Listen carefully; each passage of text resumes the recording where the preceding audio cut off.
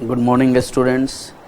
पुनः एक बार common errors के ऊपर मैं अपनी चर्चा को आगे बढ़ा रहा हूँ। आपके स्क्रीन पर ये हेडिंग्स है common errors the new ways. तो आज मैं कॉमन एरर्स के उन अछूते अनटच्ड आयाम और एस्पेक्ट्स की चर्चा करूँगा जिसके बारे में अब तक आपने अध्ययन नहीं किया, और मेरी पूरी कोशिश होगी परंपरागत तरीके को छोड़कर नए तरीके को, नई रणनीति को अपनाना। और ये नई रणनीति जितनी भी होगी ये सारी टू द पॉइंट होगी और क्वेश्चन को क्रैक करने की न्यू विधि होगी, और खासकर उनके लिए तो और आवश्यक होगा, उनके लिए और उपयोगी होगा जिनकी अंग्रेजी पर पकड़ थोड़ी कमज़ोर है।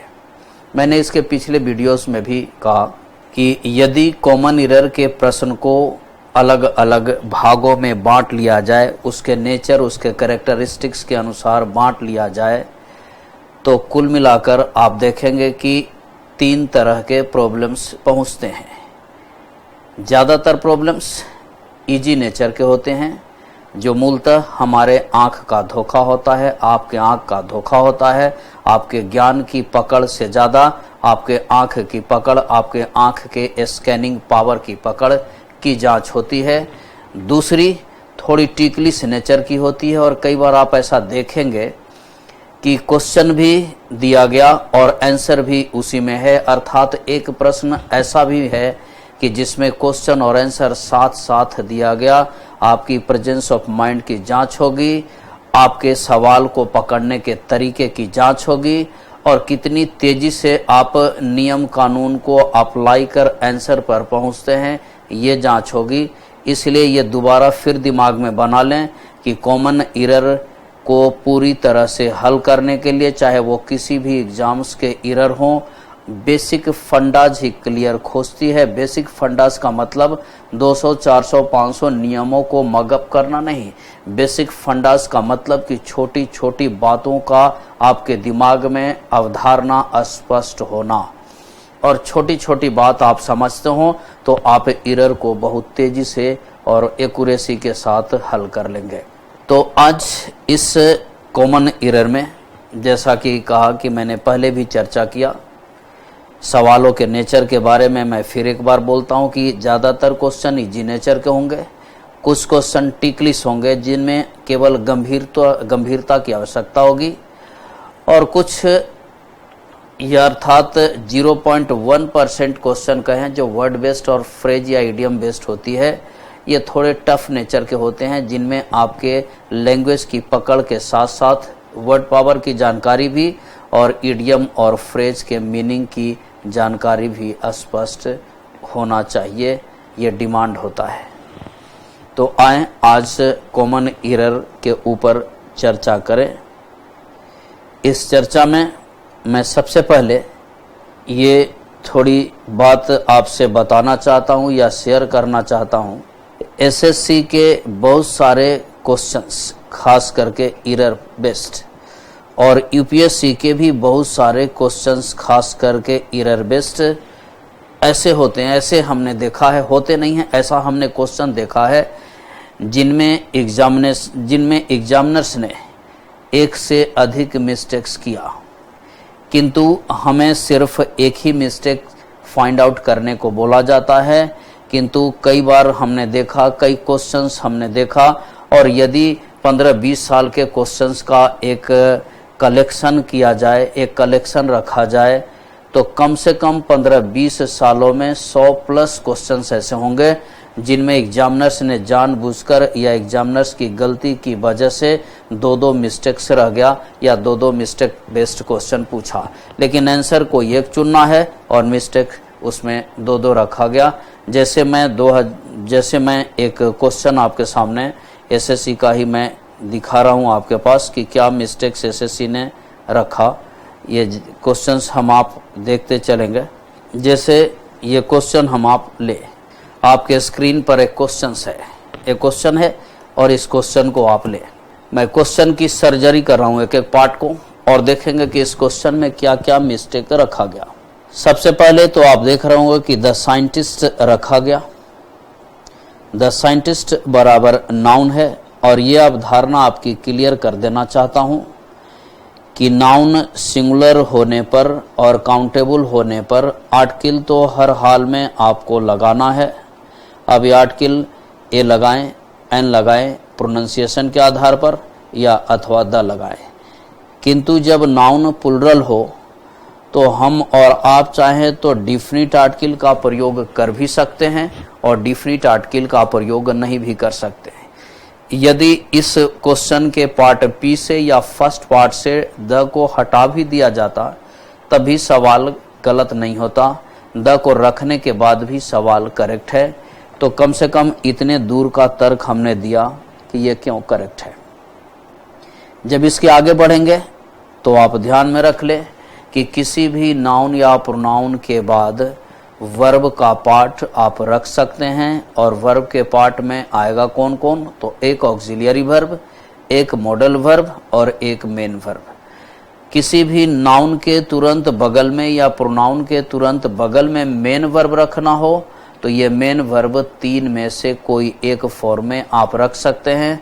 कौन कौन, तो वर्ब का पहला नाउन प्रोनाउन के बगल में, कौन कौन, तो वर्ब का दूसरा नाउन प्रोनाउन के बगल में, कौन कौन, तो वर्ब का पांचवा। ये जानकारी होगी कि पहला बराबर प्लुरल, पांचवा बराबर सिंगुलर, अर्थात यदि सब्जेक्ट प्लुरल हो तो हम और आप वर्ब का पहला या वर्ब का दूसरा भी रख सकते हैं।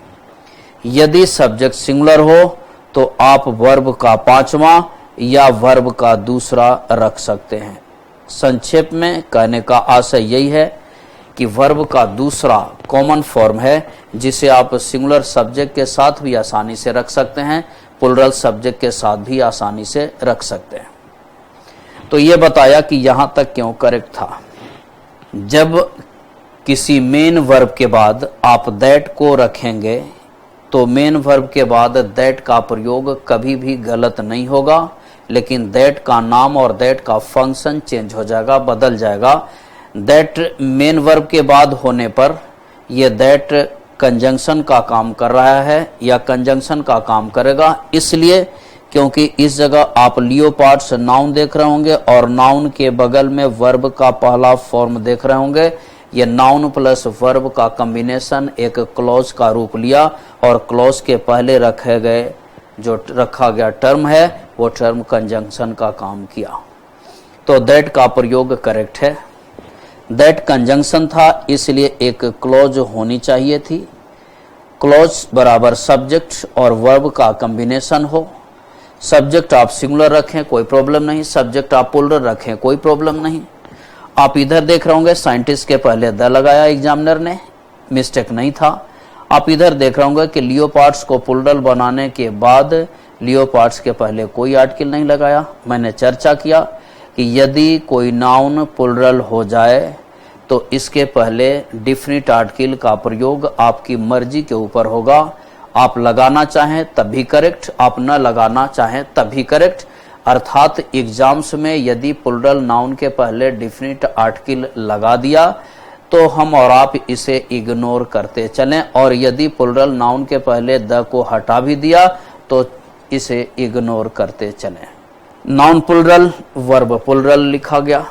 एक मेन वर्ब के बाद दूसरा मेन वर्ब रखना है तो इसके कई तरीके होते हैं, जिनमें एक तरीका होता है कि वर्ब के बाद टू लगा करके दूसरा मेन वर्ब फर्स्ट फॉर्म में रख सकते हैं। इसलिए ये दिखा रहा हूं कि टेंड टू होइस्ट बराबर ये वर्ब है, फिर टू लगा तो फिर इस जगह पर वर्ब रखा गया।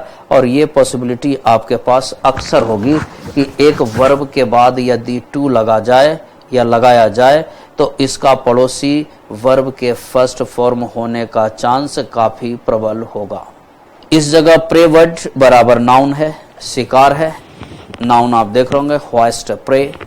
पुनः नाउन के बाद जब आप दैट रखेंगे, प्रोनाउन के बाद आप दैट रखेंगे तो यह नाउन और प्रोनाउन काम करेगा रिलेटिव प्रोनाउन का, किंतु वर्ब के बाद जब दैट रखेंगे तो यह दैट काम करेगा कंजंक्शन का।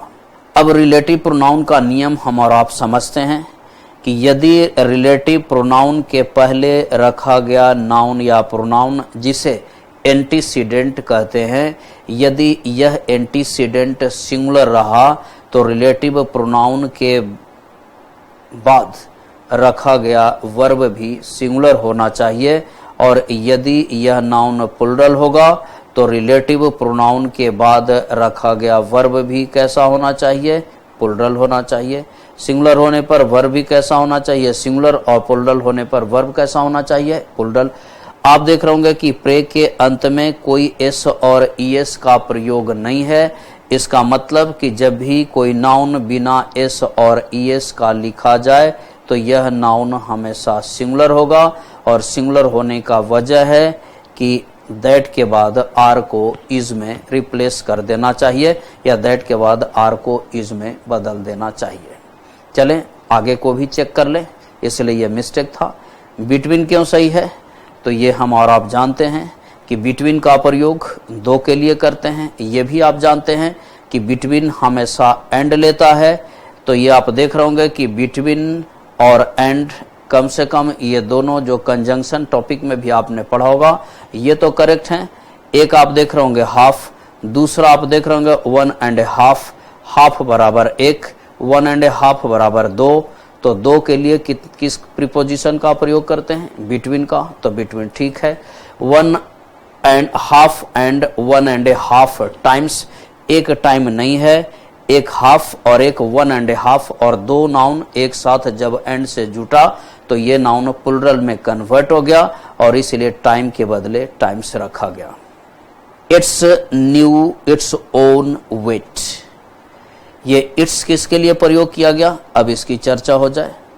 ये कहता है कि जो लियोपार्ड है वो अपने प्रे को, अपने शिकार को, और जो कहा कि उससे कम से कम 1 या 1.5 गुना जो होता है उसके वेट का 1.5 टाइम इट्स ओन वेट, अपने वेट से इतना गुना ज्यादा का भी वो शिकार को वो उठा सकती है, शिकार को वो ले जा सकती है। आप देख रहे होंगे कि लियोपार्ड्स कैसा रखा गया है, प्लूरल। ये प्लूरल भी क्यों रखा, क्योंकि आपको एग्जामिनर ने बताया कि जब नाउन हमने प्लूरल रखा तो वर्ब टेंड कैसा रखा, प्लूरल। इस वर्ब के फर्स्ट फॉर्म से ये साबित हो रहा है कि लियोपार्ड भी इस जगह प्लूरल है, और लियोपार्ड्स प्लूरल है तो इसके लिए पोसेसिव एडजेक्टिव का प्रयोग करना चाहिए था, देयर का, और जबकि पोसेसिव एडजेक्टिव रखा गया है कैसा हमारे पास, इट्स बराबर सिंगुलर। ये बोल सकते हैं कि एग्जाम ने एक ही पार्ट में दो मिस्टेक्स रखा। गलती से यदि यह पार्ट किसी दूसरे सेगमेंट में पहुंच जाती और ये पार्ट दूसरे सेगमेंट में पहुंच जाती तो ये मिस्टेक्स काफ़ी गलत हो जाता, और मेरे विचार से एग्जामिनर को ये दिमाग में रख लेना चाहिए था कि ये डिस्क्रिप्टिव इंग्लिश नहीं है कि आप इसे करेक्ट करके और अपने तरीके से लिखें। ये ऑब्जेक्टिव इंग्लिश है जिसमें हमें गलती को पकड़ना है। हाँ, अब ये गलती 2 हो जाए, एक गलती हो जाए, एक पार्ट में एक से ज़्यादा गलती हो सकता है, लेकिन एग्जामिनर को एक ही मिस्टेक्स रखनी चाहिए थी। एक और प्रश्न की ओर मैं लेकर चलता हूँ, और तब हम आप चलेंगे दूसरे तरफ। अर्थ कैन बी कंसीडर्ड, नियम के अनुसार ज्योग्राफी में प्रयोग होने वाले टर्म के पहले द का प्रयोग करना चाहिए, किंतु शायद मेरे विचार से अर्थ को एग्जामिनर ने जनरलाइज्ड कर दिया, पर्टिकुलराइज नहीं किया, या अर्थ पर फोकस नहीं रखा, या लेखक एक जनरल वे में अर्थ के बारे में बताना चाह रहा है कि ये पृथ्वी सभी के लिए, तो शायद लेखक ने आर्टिकल नहीं लगाया, इसलिए ये पार्ट को अभी करेक्ट कर देते हैं, छोड़ देते हैं। देख रहे होंगे कि नाउन के बाद मॉडल वर्ब हम आप रख सकते हैं। मॉडल वर्ब के बाद पड़ोसी टर्म होना चाहिए V1, लेकिन यदि मॉडल वर्ब के साथ V3 फॉर्म रखना हो, अर्थात पैसिव स्ट्रक्चर बनाना हो, तो आपको मॉडल वर्ब के बाद बी लगाना होगा। इसलिए ये बी का प्रयोग करके वर्ब का तीसरा रखा और स्ट्रक्चर पैसिव बनाया। स्ट्रक्चर पैसिव इसलिए बनाया क्योंकि पृथ्वी के बारे में दूसरे कोई की अवधारणा को बताना चाह रहा है, या पृथ्वी के बारे में दूसरे लोग क्या मानते हैं उसके बारे में बताना चाह रहा है। पृथ्वी क्या मानती है उसके बारे में नहीं बता रहा है। अर्थात जब दूसरा आदमी किसी काम में इन्वॉल्व हो जाए, शामिल हो जाए, जो सब्जेक्ट है वो खुद काम को नहीं करे, तो ऐसी स्थिति में स्ट्रक्चर पैसिव रखना चाहिए। इसके बाद आप देखिएगा ए केज और प्रिजन। अब सबसे पहले इस सेगमेंट को आपके सामने क्लियर कर दूं कि एसएससी ने ये दो गलती कैसे रखा, और ये संभवतः 2018 सीजीएल मेन में आया हुआ प्रश्न है, जिसमें एग्जाम ने दो मिस्टेक्स किया, और अब की बार मिस्टेक दो अलग अलग पार्ट में है। और मेरे विचार से शायद जो एग्जामिनर है उनका इंग्लिश का फंडा क्लियर कम है। अब जानकारी इस पर विशेष दे दूं, नियम के अनुसार यदि किसी दो नाउन को एंड से जोड़ दें और इन दोनों नाउन के लिए अलग अलग विशेषता का प्रयोग करें, तो आर्टिकल सिर्फ पहला तरफ लगाना चाहिए।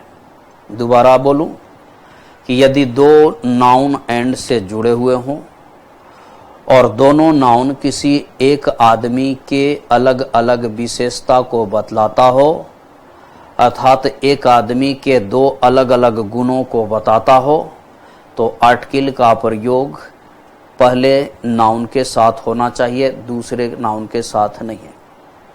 जैसे मान लिया जाए, बोलूं he is a poet and journalist.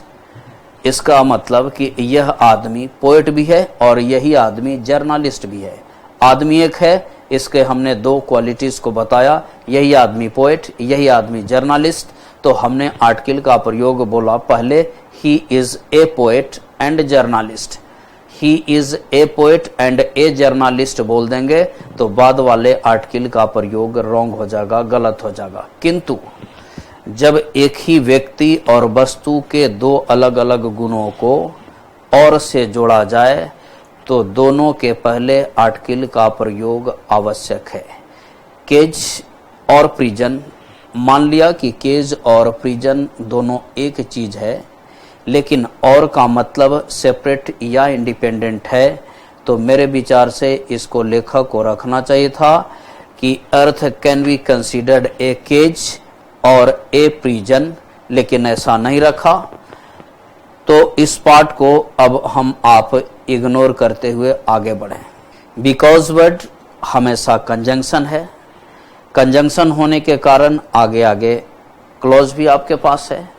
Choices plural है, इसलिए आर रखा प्लुरल, और आर लिमिटेड है to our available awareness and restricted जो लिखा हुआ है, ये आप देख रहे होंगे कि इस तरफ नाउन को रखा गया और इस तरफ वर्ब को रखा गया, और जिसे होना चाहिए था अवेलेबल अवेयरनेस एंड रेस्ट्रिक्शन, क्योंकि अवेलेबल बराबर एडजेक्टिव है और एडजेक्टिव किसी नाउन को क्वालिफाई करेगा, और इसलिए इस जगह पर अवेयरनेस आया तो इस जगह पर भी रेस्ट्रिक्शन का प्रयोग होना चाहिए। किंतु सवालों के एनालिसिस से एक ही बात स्पष्ट होती है कि यदि हमें और आपको ऐसा लग जाए कि एग्जाम ने एक क्वेश्चन में एक से अधिक मिस्टेक्स किया है, तो ऐसी स्थिति में हमेशा उस मिस्टेक को आंसर के रूप में चुनें जो स्वाभाविक तौर पर काफ़ी आसान हो, जो स्वाभाविक तौर पर इजी हो। टफ सेगमेंट को आंसर की ओर मत चुनते चलें। हम और आप दोबारा इस सेक्शन पर चर्चा करेंगे।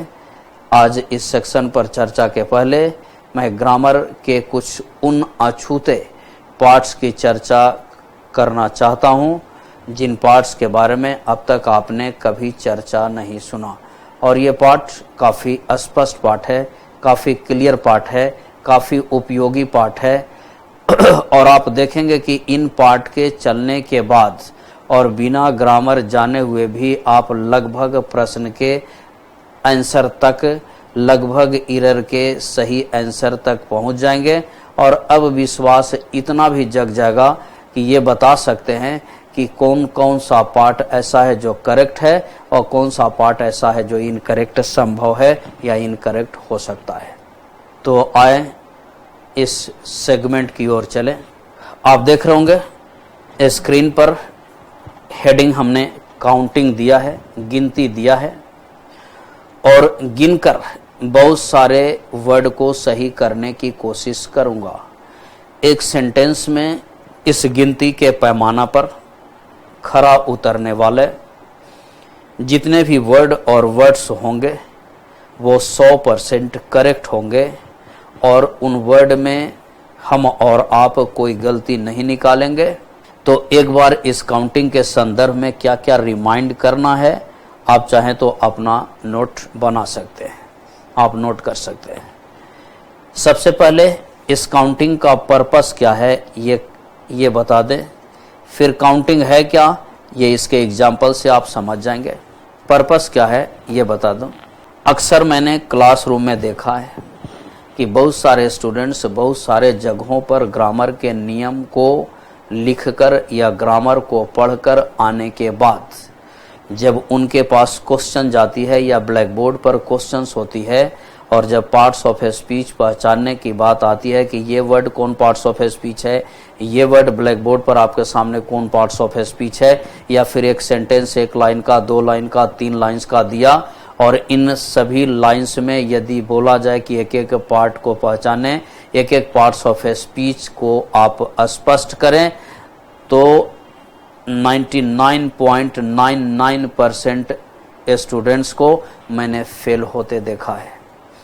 तो दोबारा आपकी अवधारणा को स्पष्ट कर दूं, आपके अंग्रेजी के धार को, जो कुंद धार थी उसे और तेज कर दूं, तो ये मैं आपको बताना चाहता हूं कि आप ग्रामर के चाहे कितने भी नियम आप रट लें, चाहे जिन किसी भी टीचर से आपको पढ़ना हो आप पढ़ लें, किंतु जब तक आप पार्ट्स ऑफ ए स्पीच को रिकॉग्नाइज नहीं करते, पार्ट्स ऑफ ए स्पीच को आइडेंटिफाई नहीं करते, पार्ट्स ऑफ ए स्पीच को मन में लोकेट नहीं कर पाते, तो आप एरर के सवाल या इम्प्रूवमेंट के सवाल या फिल इन द ब्लैंक्स के सवाल आपके लिए काफी चुनौती भरा होगा। इसलिए इस काउंटिंग का पहला उद्देश्य है पार्ट्स ऑफ ए स्पीच को पहचानना आसान बना देना, या पार्ट्स ऑफ ए स्पीच को आसानी से पहचानने के लिए एक फार्मूला को आपके सामने रखना या आपके सामने देना। मैं पूरे ग्रामर के टॉपिक को बाद में क्लियर करूंगा या बाद में चलूंगा, लेकिन मुझे लगा कि ग्रामर लोग बहुत पढ़ते हैं और ग्रामर सभी जगह पढ़ाया जाता है, लेकिन रियल में जो ग्रामर पढ़ाया जाना चाहिए या किसी ग्रामर के पहले का लेसन क्या होना चाहिए, ये किन्हीं भी शायद शिक्षकों को पता नहीं, और यही वजह होती है कि कई जगह अंग्रेजी पढ़ने के बाद भी आप एरर में कॉन्फिडेंस नहीं जग पाता, आपके फिल इन द ब्लैंक्स में नहीं जग पाता, आपके क्लोज टेस्ट में कॉन्फिडेंस नहीं जग पाता, सेंटेंस इंप्रूवमेंट में कॉन्फिडेंस आपका नहीं जग पाता। तो आज से ये विचार अपने दिमाग में भर लें, अपने दिमाग में बना लें, अपने दिमाग में माइंड में इनकलकेट कर लें कि यदि error improvement fill in the blanks accuracy के साथ बनाना है तो पार्ट्स ऑफ ए स्पीच पहचानना है। पार्ट्स ऑफ ए स्पीच पहचानेंगे तब आप नियम कानून को लगाएंगे, क्योंकि मैंने इसके पहले के वीडियोस में भी कहा कि कॉमन एरर बनाना या सेंटेंस इंप्रूवमेंट बनाना 2 टियर प्रोसेसेज है, 2 स्तरीय प्रक्रिया है।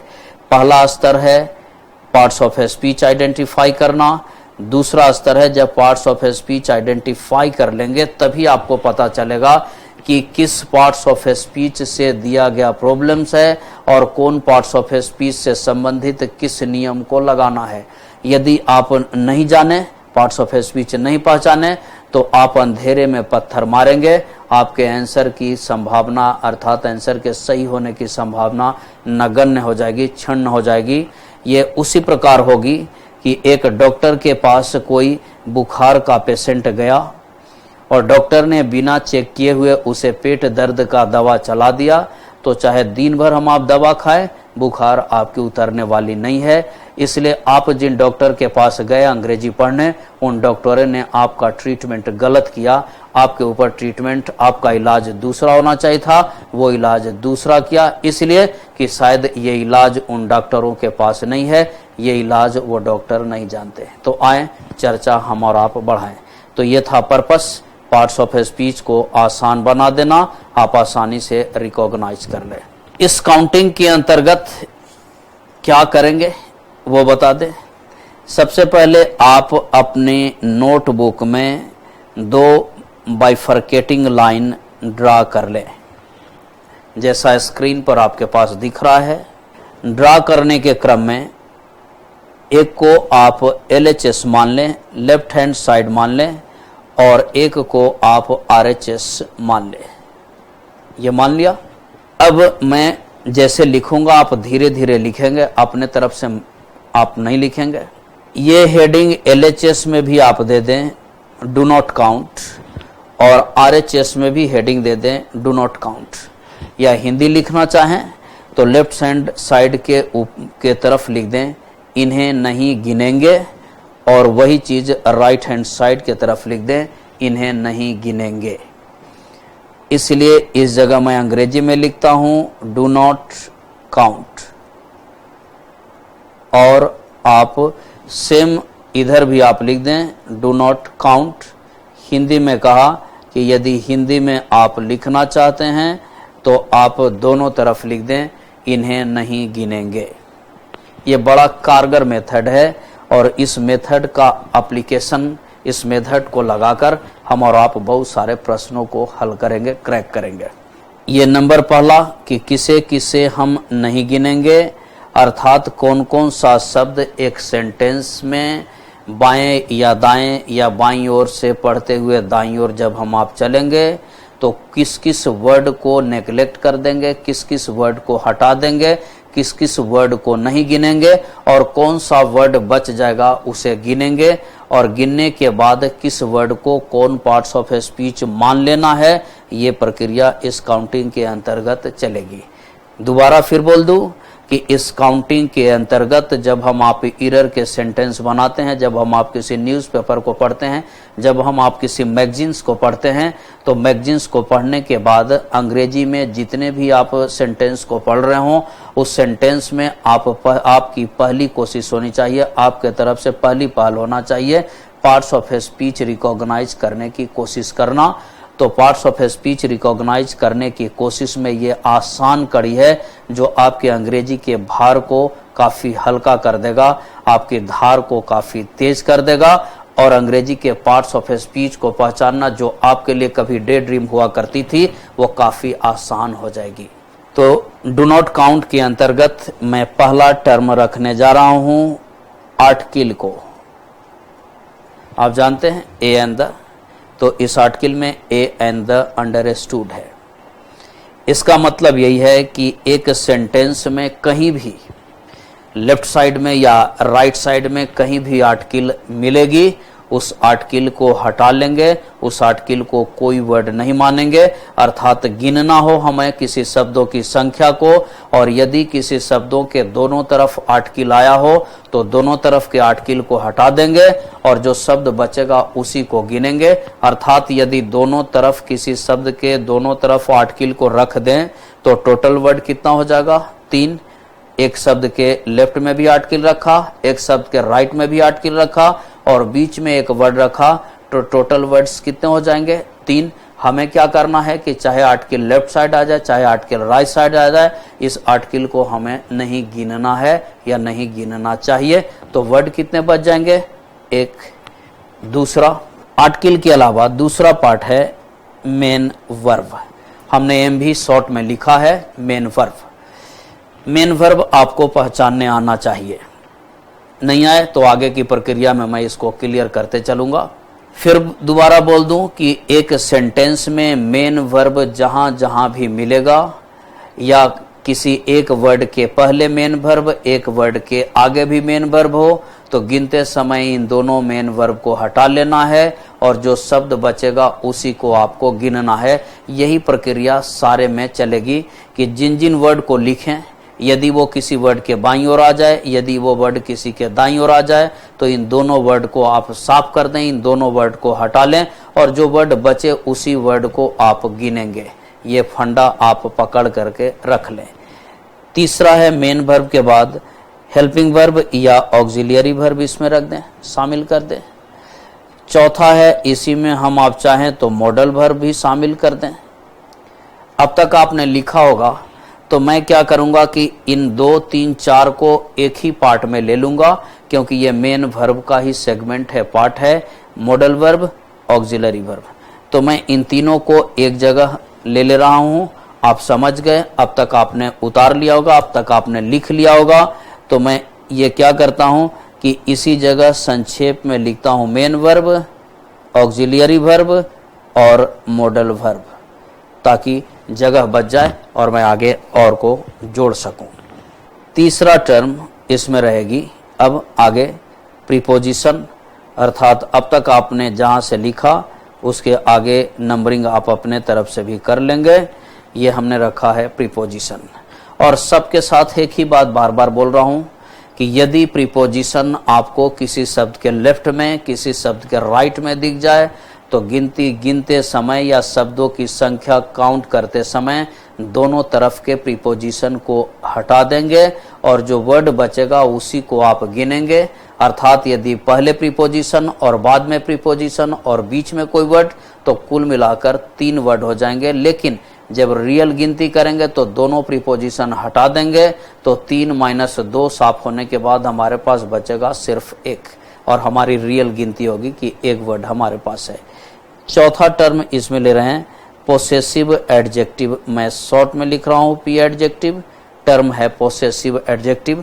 आप जानते होंगे, आई का पोसेसिव एडजेक्टिव माई, वी का पोसेसिव एडजेक्टिव आवर, यू का पोसेसिव एडजेक्टिव योर, ही का पोसेसिव एडजेक्टिव हिज, सी का पोसेसिव एडजेक्टिव हर, इट का पोसेसिव एडजेक्टिव इट्स, दे का पोसेसिव एडजेक्टिव देयर और वन का पोसेसिव एडजेक्टिव वंस। तो ये पोसेसिव एडजेक्टिव्स हैं। यदि पोसेसिव एडजेक्टिव्स भी आ जाए किसी शब्द के आगे और पीछे या जहां भी देखने को मिल जाए, आप उसे हटा लेंगे। पोसेसिव एडजेक्टिव के बाद मैं 5वां नंबर पर जोड़ रहा हूं। आप नोट करते चलें, क्योंकि मेरे पास स्पेस कम है, मैं बाकी को डिलीट भी कर सकता हूं, तो आप अपना कॉपी पर नोट बनाते चलें। 5वां टर्म है जिसमें प्रीपोजिशन भी रहेगा। मैं प्रीपोजिशन को शॉर्ट में लिख रहा हूं PREP, और इसमें आर्टिकल भी अब जोड़ दे रहा हूं कि अकेला प्रीपोजिशन आए, अकेला आर्टिकल आए तो उसे तो हटा ही देना चाहिए।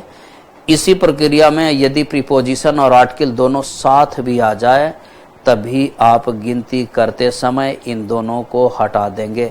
अर्थात किसी वर्ड के पहले प्रीपोजिशन आर्टिकल, और यदि किसी वर्ड के आगे भी प्रीपोजिशन आर्टिकल रख दिया जाए, तो इन दोनों प्रीपोजिशन आर्टिकल को आप हटा लें और जो बचे उसे आप गिने।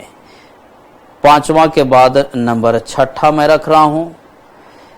प्रीपोजिशन और आर्टिकल के बाद मैं रख रहा हूं प्रीपोजिशन और प्लस पोसेसिव एडजेक्टिव। अकेला भी पोसेसिव एडजेक्टिव हो तब भी बाहर, प्रीपोजिशन और एडजेक्टिव हो तब भी बाहर कर देना है। 6 के बाद 7वां नंबर पर मैं छोटा छोटा टर्म रखूंगा। यदि बाईं ओर टू आ जाए, यदि बाईं ओर एंड आ जाए, यदि बाईं ओर एज आ जाए, यदि सो भी आ जाए, यदि सच भी आ जाए, यदि इसी में और आ जाए, इसी में दिस आ जाए, इसी में दीज आ जाए, ये सारे चीज़ आप नोट कर लें। मैं मिटार करके और भी लिखूंगा, आप पहले नोट कर ले। नोट करने के बाद मैं फिर आगे बढ़ाऊंगा, क्योंकि जगह मेरे पास कम है और मैं ऊपर से नीचे से पूरे को साफ करता हूं और आगे आगे इसी नंबर पर और भी ऐड कर रहा हूं कुछ टर्म्स को। दिस, दीज, दोज आप सारा ऐड कर दें, दैट आप ऐड कर दें, उसी में रख दें। इसी में इफ भी आप रख दें, इसी में बट भी आप रख दें, इसी में वेदर भी आप रख दें, इसी में आप मच, मोर, मोस्ट सारे को रख दें। मच, मोर, मोस्ट ये सारे को रख दिया। बाईं ओर की प्रक्रिया हमारी समाप्त हो गई। अब दाईं ओर की प्रक्रिया में रखेंगे तो दाईं ओर भी समझ लें कि इसी टर्म को यदि रख दिया जाए, अर्थात दाईं ओर भी यदि आपके पास मेन वर्ब मिल जाए, यदि आपके पास मॉडल वर्ब मिल जाए, यदि आपके पास ऑक्सिलियरी वर्ब मिल जाए, तो इन्हें गिनती से आप बाहर करते चलेंगे। इसी क्रम में यदि इधर भी प्रीपोजिशन को रख लें तो इन प्रीपोजिशन को बाहर करना है। इसी क्रम में यदि इधर भी मैं छोटा छोटा टर्म है, टू है, एंड है, और है, सो है, एज है, सच है, ये भी आ जाए, इधर भी रख लिया। फिर इसी तरह से इधर का जो टर्म आया वो टर्म मान लिया जाए कि केवल दैट भी हो। इसी तरफ जो टर्म आया इसमें मान लिया जाए कि कोई WH वर्ड को भी हमने रखा। तो संक्षेप में कहने का आशय यही है कि एक सेंटेंस में किन किन वर्ड को हमें कोई वर्ड नहीं मानना है, किन किन वर्ड को वर्ड की संख्या गिनते समय हटा लेना है और किन वर्ड को रहने देना है, उस प्रक्रिया में ये काउंटिंग सहायक है। और ये पार्ट्स ऑफ स्पीच कैसे आपके सामने क्लियर करेगा या पार्ट्स ऑफ स्पीच की अवधारणा कैसे क्लियर करेगी, ये अब हम आप देख लें। सबसे पहले हम आप ये समझ लिए, ये समझ गए हम और आप कि ये हमने जो ग्राफ लिया इसमें लेफ्ट साइड और राइट साइड में हमने कुछ टर्म्स को लिखा। इसे आप उलट के ऐसे समझ लें कि जिन टर्म्स को हमने RHS में रखा है, यदि यही टर्म ठीक LHS में आ जाए, या जिन टर्म को हमने LHS में रखा यदि यही टर्म पलटकर RHS में आ जाए, तो इन दोनों तरफ के वर्ड को हम गिनती में हटा देंगे। चाहे ये वर्ड दाईं ओर आ जाए या दाईं ओर वर्ड वाला बाईं ओर आ जाए, एक सेंटेंस में शब्दों की संख्या को गिनना है तो इन सबों को बाहर कर देना है, हटा देना है। अब क्या कंसेप्ट डेवलप करना है, उस कंसेप्ट के बारे में बता दूं कि कैसा पार्ट्स ऑफ स्पीच, क्या पार्ट्स ऑफ स्पीच मानना है।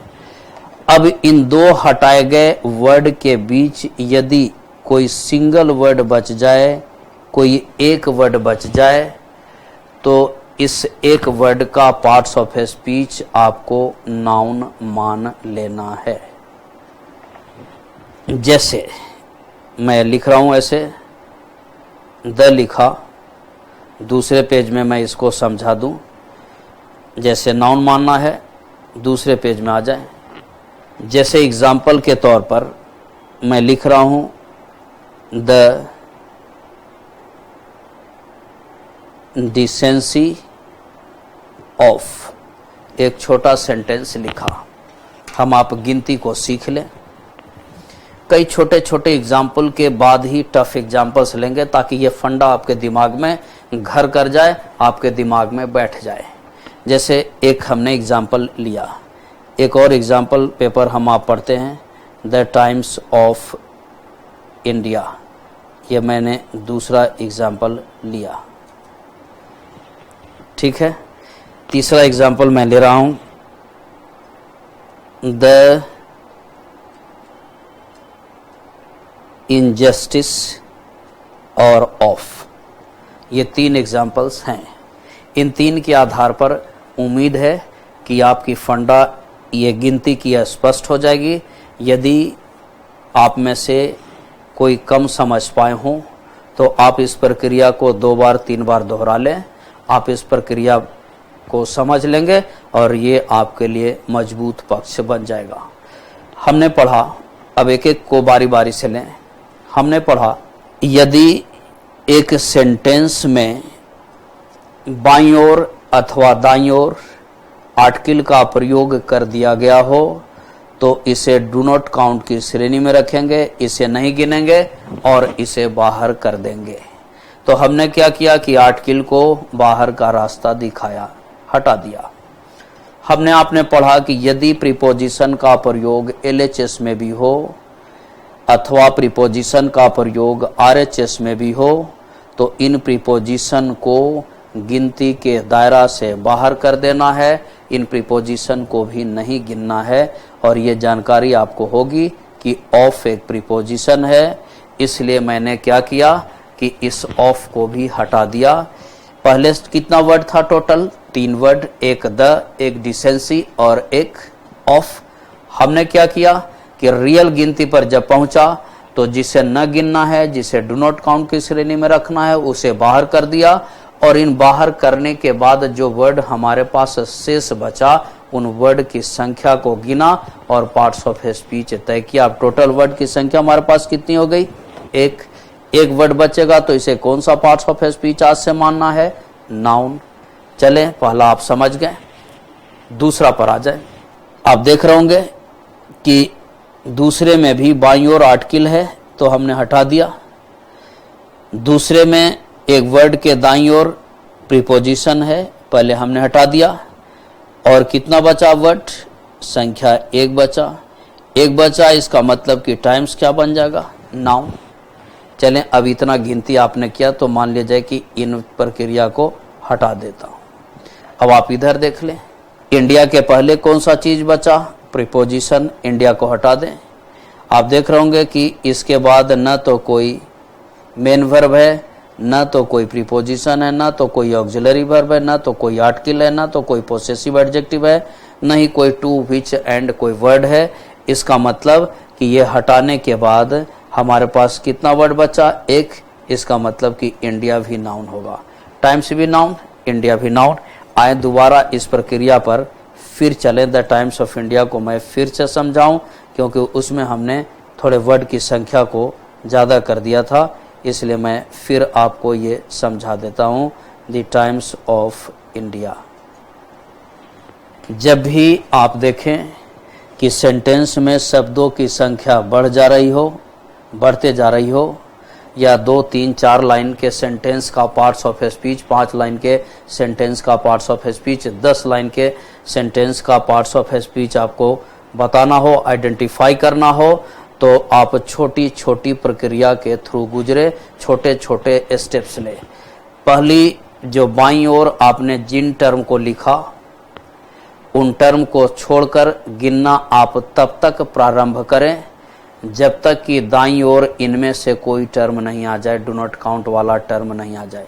अर्थात बाईं ओर डू नॉट काउंट वाले टर्म को छोड़ने के तुरंत बाद गिनती हमने प्रारंभ किया और गिनती तब तक जारी रखा जब तक कि दाईं ओर हमारे पास ब्रेकर ना आ जाए, जब तक कि दाईं ओर डू नॉट काउंट वाला ना आ जाए।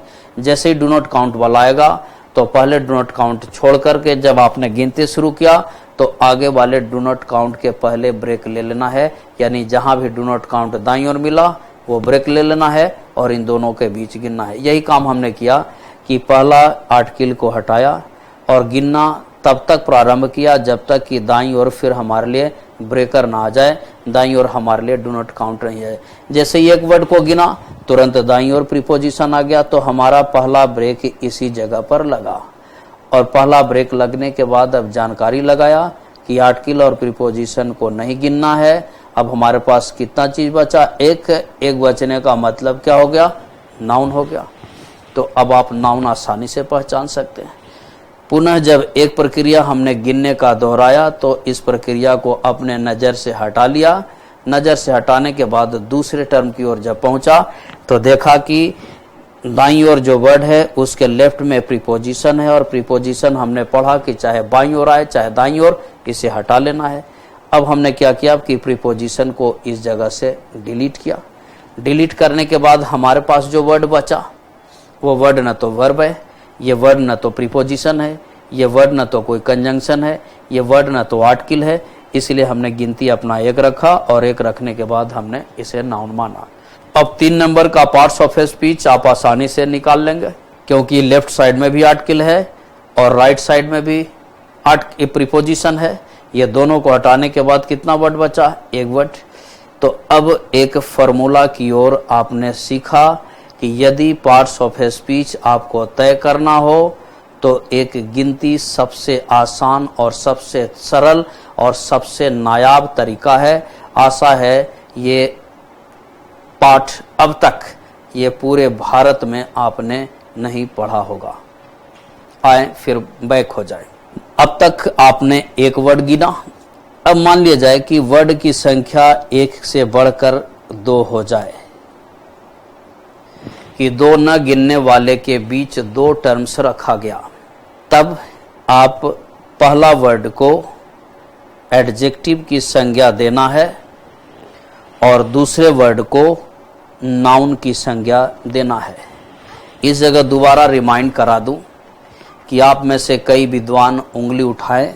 इस उंगली उठाने के पहले मैं आपके कंसेप्ट को, आपके फंडास को जरा स्पष्ट कर देना चाहूँगा, क्योंकि जैसे ही कोई नया चीज़ आप चलेंगे तो आपके काटने वाले और दूसरे टीचर जिनको इस बात की गंध भी नहीं लगी, वो तुरंत बोलेंगे कि ये बकवास था जो कारगर नहीं है। लेकिन मैं आज 2018 के सवाल को बनाकर साबित कर दूंगा कि आपको 1500 नियम जिन जिन लोगों ने लिखाया वो आपके साथ पाप छोड़कर पुण्य का काम नहीं किया। अब आप देख लें, दो वर्ड जैसे ही रखा तो दो न गिनने वाले के बीच वर्ड की संख्या जैसे ही दो हो तो भले ही इंडिविजुअली या सेपरेटली, यदि आप इसे डिक्शनरी में देखेंगे तो हो सकता है कि ये पहला टर्म नाउन हो डिक्शनरी में, किंतु एक सेंटेंस में जब ये रखा जाए तो इनका फंक्शन नाउन से चेंज होकर एडजेक्टिव का हो जाएगा। इसलिए ये बात उंगली मत उठाएं कि डिक्शनरी में हो सकता है कि ये पहला टर्म जिसको हमने एडजेक्टिव माना, ये फर्स्ट टर्म डिक्शनरी में आपको देखने पर नाउन मिल जाए। लेकिन ये ध्यान रहे, ये मैं डिक्शनरी के अनुसार नहीं ले रहा हूँ, एक शब्द के सेंटेंस में प्रयोग होने के आधार पर उसके फंक्शन को मैं बता रहा हूँ। इंडिविजुअली हो सकता है कि ये वर्ड नाउन हो जाए, लेकिन किंतु जब सेंटेंस में इसके फंक्शन की जांच करेंगे तो ये टर्म नाउन के बदले एडजेक्टिव हो जाएगा और जो दूसरा टर्म रहेगा वो नाउन हो जाएगा। अब जैसे हम और आप इसी प्रक्रिया को सीख लें एग्जाम्पल के द्वारा। एग्जाम्पल में मैं ले रहा हूं इस जगह पर द फेनोमेनल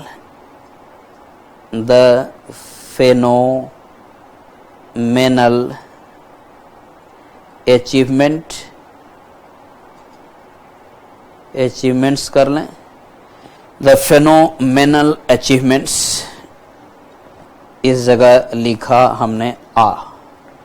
या अगर इस प्रकार से दिक्कत आपको महसूस होती है, असहज महसूस करते हैं, तो मैं इसे एक लाइन में ही ले रहा हूं, एक लाइन में लिख रहा हूं, द फेनोमेनल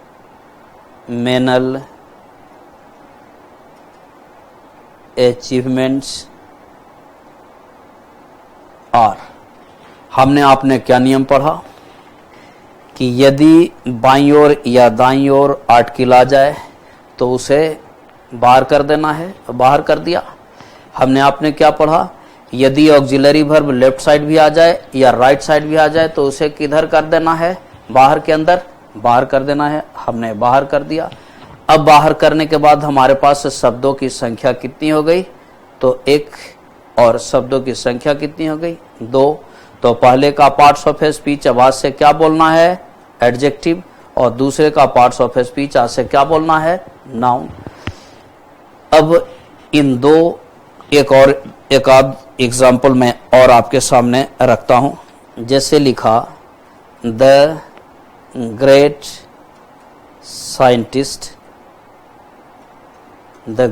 साइंटिस्ट इज। आप भी देख सकते हैं हमें किसको किसको हटाना है, तो आर्टिकल को हटा देना है, और किसे हटाना है, ऑक्सिलरी वर्ब को हटाना है। कितना वर्ड बचेगा, पहला एडजेक्टिव और दूसरा नाउन। तो पार्ट्स ऑफ स्पीच रिकॉग्नाइज हो गया। और थोड़े कठिन की ओर चले इसी में, जैसे मैं लिख रहा हूं इस जगह पर, मॉडर्न मेडिसिन्स हैव। अब आप इसको गिन करके देख ले। अब की बार आप देख रहे होंगे या इस खास वर्ड ग्रुप में आप देख रहे होंगे कि हमने लेफ्ट साइड किसी भी टर्म को नहीं रखा, न तो लेफ्ट साइड आर्टिकल रखा, न तो लेफ्ट साइड ऑक्सिलियरी वर्ब रखा, न तो लेफ्ट साइड मेन वर्ब रखा, न तो लेफ्ट साइड प्रीपोजिशन रखा, न लेफ्ट साइड कोई पोसेसिव एडजेक्टिव रखा, न लेफ्ट साइड छोटा छोटा वर्ड जैसे to, and, so, as, such, this, these, those हमने किसी को भी नहीं रखा। अब आप आगे बढ़े। आगे जैसे ही बढ़ेंगे तो राइट साइड में आपको कौन सा चीज मिल जाएगा? ऑक्सिलरी वर्ब, जिसे कई लोग हेल्पिंग वर्ब के नाम से भी जानते हैं। तो हेल्पिंग वर्ब हो चाहे ऑक्सिलरी वर्ब हो, इसे गिनती में रखना है या नहीं? नहीं। तो हमने क्या किया? हटा दिया। तो कितने वर्ड बच गए हमारे पास? 1 और 2। तो पहला वर्ड कौन सा पार्ट्स ऑफ स्पीच बन जाएगा? एडजेक्टिव। और दूसरा वर्ड कौन सा पार्ट्स ऑफ स्पीच बन जाएगा? नाउन। अब हम और आप कम से कम 2 पार्ट्स ऑफ स्पीच को आसानी से रिकॉग्नाइज करने के तरीका को सीखा। अब एक मूल मंत्र जिसे आप अपनी कॉपी में नोट कर लें। जब भी गिनती के बाद, अर्थात उन वर्ड को हटाने के बाद या उन वर्ड्स को हटाने के बाद जिन्हें गिनती में शामिल नहीं करना है, आपके पास यदि शब्दों की संख्या 1 बच जाती है या आपके पास यदि शब्दों की संख्या 2 बच जाती है, तो पहला टर्म का नाम तो पार्ट्स ऑफ स्पीच तो नाउन होगा और दूसरे टर्म का पार्ट्स ऑफ स्पीच एडजेक्टिव और नाउन होगा। और ध्यान रखना जो बात है वो ये है कि ये वर्ड अगर गिनती में कोई 1 वर्ड बच जाए या गिनती में आपके पास 2 वर्ड बच जाए तो इनमें कभी भी कोई गलती निकालने की कोशिश नहीं करेंगे।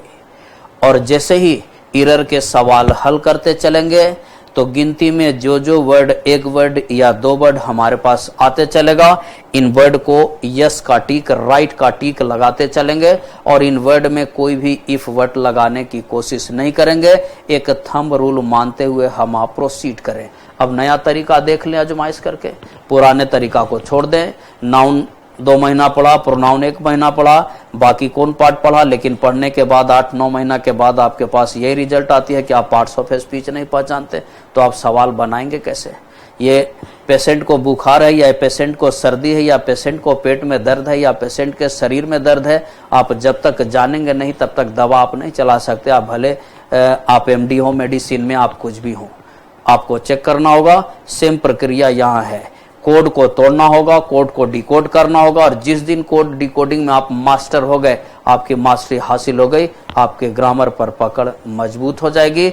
और एसएससी के ग्रामर के प्रश्नों को या बैंक के भी ग्रामर से रिलेटेड एरर को हल करना ये बच्चों का खेल है और सबसे आसान प्रक्रिया है। और इसी आसान प्रक्रिया को पूरे भारत के टीचर आपको टफ दिखाकर लूटना चाहते हैं और ग्रामर के नियमों को अनावश्यक पढ़ाकर अपने आप को हीरो और स्टार बनाना चाहते हैं। तो उनसे अब ये क्वेश्चन आप करें कि भाई तरीका ये आपका बेकार है और ये ऐसा तरीका है जिससे कम जानकार भी या बिना ग्रामर का जानकार भी बिना ग्रामर के नियम को रटे हुए भी सवाल को अटेम्प्ट लेगा और पूरे विश्वास के साथ ये बोल सकता है कि कम से कम इन पूरे सेंटेंस में इन वर्ड को तो कोई काट नहीं सकता, ये वर्ड्स 100% करेक्ट होंगे। तो ये बातें समझ गए। इसी को विस्तार से अब और बढ़ाते हैं।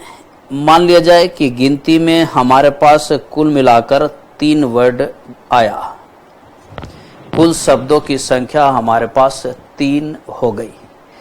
शुरुआत हमने 1 वर्ड से किया, फिर 1 वर्ड के बाद हमने शब्दों की संख्या 2 बढ़ाया, शब्दों की संख्या 2 के बदले मैं शब्दों की संख्या 3 बढ़ा रहा हूं। 1 वर्ड होने पर नाउन, 2 वर्ड होने पर पहला को एडजेक्टिव मानना है, दूसरा को नाउन, भले वो डिक्शनरी में नाउन ही क्यों ना हो, किंतु सेंटेंस में फंक्शन के आधार पर एडजेक्टिव तय करना है। अब 3 वर्ड जब आपके पास बचेगा, कब? 2 न गिनने वाले शब्दों के बीच, तब 2 पार्ट्स ऑफ स्पीच की पॉसिबिलिटी प्रबल हो जाएगी या 2-2 संभावनाएं आपके पास होगी। इन दोनों संभावनाओं पर, इन दोनों पॉसिबिलिटीज पर चर्चा कर ले। मान लिया जाए कि कुल शब्दों की संख्या हमारे पास 3 बच जाए, तो एक पॉसिबिलिटी होगी कि फर्स्ट टर्म की समाप्ति एलवाई से हो। जैसे ही आप यदि देख लें कि पहला टर्म एलवाई से प्रारंभ है और एक और भी तय कर लें कि यदि तीसरा टर्म को आप पहचानते हो कि ये टर्म नाउन है, तो ये 20 का टर्म हमेशा एडजेक्टिव ही होगा। जैसे मान लिया जाए कि हमने क्या किया कि इस जगह पर ए लिखा, इस जगह वर्ड मैंने लिखा फुली, फुली के बाद मैंने वर्ड लिखा ग्रोन, और ग्रोन के बाद मैंने एक वर्ड लिखा ट्री, और ट्री के बाद मैंने वर्ड लिखा इन। अब पार्ट्स ऑफ स्पीच को तय कर लें। ए फुली ग्रोन ट्री इन। तो हमने आपने गिनती में क्या पढ़ा कि गिनती में किसको हटाना है, आर्टिकल को। गिनती में किसको हटाना है, प्रीपोजिशन को। जब आप आर्टिकल हटा देंगे, जब आप प्रीपोजिशन हटा देंगे, तो कुल शब्दों की संख्या कितनी बचेगी, 1, 2 और 3। पहला वर्ड की समाप्ति किससे है, एलवाई से। तो एलवाई से जब समाप्त होगा तो फर्स्ट टर्म एडवर्ब हो जाएगा, सेकेंड टर्म एडजेक्टिव मान लेना है, और थर्ड टर्म को नाउन मानना है। एक और कंसेप्ट क्लियर कर दूं, क्योंकि कुछ लोगों के दिमाग में यह डाउट चल रही होगी कि हमने ग्रोन वर्ड जो लिखा है वो ग्रो बराबर वर्ब का फर्स्ट फॉर्म है, ग्रीव बराबर वर्ब का सेकंड फॉर्म है, और ग्रोन बराबर वर्ब का थर्ड फॉर्म है। तो हमने इसे क्यों नहीं हटाया, जबकि मेन वर्ब को गिनती में हटा देना चाहिए। तो दोबारा ये ध्यान में रख लें कि आर्टिकल के बाद या फिर पोसेसिव एडजेक्टिव के बाद मेन वर्ब का तीसरा और चौथा फॉर्म यदि रखा गया हो तो उसे मेन वर्ब मानने की गलती न करें। ये दोबारा फिर ध्यान में रख लें कि किसी भी ए एन द कोई भी आर्टिकल के बाद, कोई भी पोसेसिव एडजेक्टिव के बाद यदि आप आगे देखते हो कि कहीं भी वर्ब का तीसरा है, कहीं भी वर्ब का चौथा है, तो इसे आप वर्ब मानने की गलती न करें। यहाँ ये वर्ब का थर्ड फॉर्म एडजेक्टिव का फंक्शन कर रहा है, एडजेक्टिव का कार्य कर रहा है। और जैसे ही एक सेंटेंस में दो न गिनने वाले के बीच शब्दों की संख्या 3 आ जाए, तो फर्स्ट टर्म को अगर आप देख लें कि पहला टर्म एलवाई से समाप्त है, और तीसरा टर्म को यदि आप पहचानते हो कि नाउन है, तो गारंटी मान ले कि बीच वाला एडजेक्टिव होगा, और तीनों टर्म का पार्ट्स ऑफ स्पीच क्या क्या होगा, first adverb, second adjective, third noun. और फिर इसके संदर्भ में भी वही बात है कि यदि ऐसा आ जाए तो इसे कभी भी छेड़छाड़ आप नहीं करेंगे। अब दूसरी पॉसिबिलिटी के ऊपर चलें। मान लिया जाए कि हमारे पास कुल शब्दों की संख्या 3 ही बचता हो, और फर्स्ट टर्म एलवाई से नहीं समाप्त होता हो, किंतु थर्ड टर्म मेरे पास नाउन हो। तो अब क्या मानना है, कैसे मानना है, वो बता रहा हूं। 1 और 2 को एक साथ कंबाइन कर लें, 1 और 2 को एक साथ जोड़ दें, और जोड़कर इसे सामूहिक रूप से इंटीग्रेटेड फॉर्म में आप एडजेक्टिव मान लें, ये दोनों को, और थर्ड आप नाउन मान लें। जैसे अब इन्हें भी आपके सामने मैं क्लियर करता हूं। जैसे लिखा इस जगह द, समझने के लिए मैं रख रहा हूं द कंप्लीट, इस जगह लिख रहा हूं the complete win win situation of, the complete win win situation of. सबसे पहले तो विन विन के बारे में मैं बता दूं कि जब भी किसी दो वर्ड को हाइफन से जोड़ देंगे तो इन दोनों वर्ड को गिनती में 2 न मानकर आपको गिनती में इसे 1 मानना है। ये बात आप ध्यान में रख लें कि जब भी 2 वर्ड आपके पास पहुंचे तो दोनों वर्ड को, जो खासकर हाइफन से जुड़ा हुआ हो, तो इन दोनों वर्ड को गिनती में आप 1 मान लें, 2 मत माने। अब जैसे ही हम और आप चलेंगे तो देखेंगे कि हमने आर्टिकल को रखा है और हमने सबसे अंत में प्रीपोजिशन को रखा। इन दोनों को मैंने हटाया, तो पहला वर्ड है 1, वर्ड की संख्या है 2 और वर्ड की संख्या है 3। चूंकि फर्स्ट वर्ड ly से समाप्त नहीं होने वाला है या नहीं हुआ है, तो क्या करेंगे कि कंप्लीट और विन विन को एक साथ जोड़कर इसे एडजेक्टिव बना देंगे और इस सिचुएशन को नाउन में बदल देंगे या नाउन बना लेंगे। और ये ध्यान में रख लें कि ये जितनी भी प्रक्रियाएं आपके सामने मैंने रखा, ये 100% नो एरर में होगी। अर्थात गिनती में ऐसे ऐसे पार्ट्स ऑफ स्पीच आपके पास पहुंच जाएं, अर्थात दो न गिनने वाले के बीच यदि आपकी गिनती सही हो जाए या आप गिनती पर पकड़ हो गई, तो इन वर्डों में कभी भी कोई मिस्टेक खोजने की गलती आप न करेंगे। इसी को थोड़ा और बढ़ाऊं, अब की बार मैं अंतिम गिनती के लास्ट पड़ाव की ओर चल रहा हूं और अक्सर आप 4 ही वर्ड देखेंगे इस जगह पर। मान लिया जाए कि गिनती में आपके पास 4 के बदले 3 के बदले अब वर्ड की संख्या हो गई 4। इस जगह कितना भी वर्ड बढ़ा दिया जाए, 4, 5, 6, लेकिन 4 अधिकतम मिलेंगे, बहुत कभी कभार 5, तो 4 मिल जाए। तो संक्षेप में मैथमेटिक्स का दिमाग इस जगह लगा लें, आपको हर सवाल को 1:2 के रेशियो में लाना है। 4 वर्ड मिल जाए तो केवल पहला को जांच लें कि पहला टर्म ly है या नहीं। अगर पहला ly से समाप्त नहीं हुआ तो आप अब की बार 1, 2, 3 को जोड़ दें एक साथ और इसे एडजेक्टिव बना लें और जो लास्ट का टर्म है इसे आप नाउन बना दें। और यदि पहला एडवर्ब हो गया, ly से समाप्त हुआ तो एडवर्ब हुआ, तो 2 और 3 को आपको एडजेक्टिव मानना है और 4 को नाउन मानना है। यदि पहला ly से समाप्त नहीं हुआ तो फर्स्ट, सेकंड, थर्ड एक पार्ट में जिसे एडजेक्टिव मान लेना है, फोर्थ एक पार्ट में जिसे नाउन मान लेना है। किंतु अगर पहला ly से समाप्त हो गया तो सेकंड और थर्ड को एक पार्ट में एडजेक्टिव मान लेना है और बाद वाला को नाउन मानना है और जो ly वाला होगा वो वर्ड हो जाएगा एडवर्ब। तो अब आप गिनती से परिचित हो गए। अब पार्ट्स ऑफ स्पीच, खास करके 3 पार्ट्स ऑफ स्पीच को पहचानना अब आपके लिए थोड़ा आसान बन जाएगा।